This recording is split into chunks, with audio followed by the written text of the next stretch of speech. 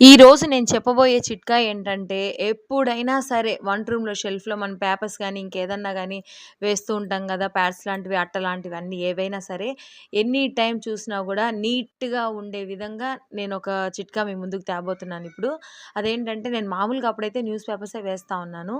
ఒక 1 వీక్ అలా దాటిన తర్వాతేంటంటే, అవి కొంచెం కలర్ చేంజ్ అయ్యాయనమాట. కలర్ చేంజ్ అయిపోతే అసలు చూసేదానికి అసలు ఇష్టమే అనిపిచ్చేది గాదు. ఇంక అందుకనేసి నేనేం జేశానంటే బ్యానర్స్ ఉంటాయి గదా! ప్రింట్ ఒక పక్క, వైట్ ఒక పక్క ఉంటుంది.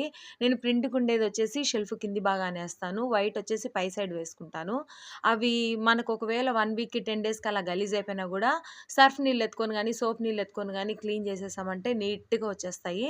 ఇంకా నీట్‌గా అంతా క్లీన్ చేసేటప్పుడు ఏంటంటే, కడిగి బాగా నానబెట్టేసి, క్లీన్ చేసేసి, ఉతికి ఆరబెట్టేసేస్తే ఇంకా 1 మంత్ అయినా చాలా నీట్‌గా ఉంటాయి. ఖచ్చితంగా ఈ టిప్ నచ్చితే లైక్ చేయండి, షేర్ చేయండి. అలాగే నా ఛానెల్‌నైతే సబ్స్క్రైబ్ జేసుకోండి.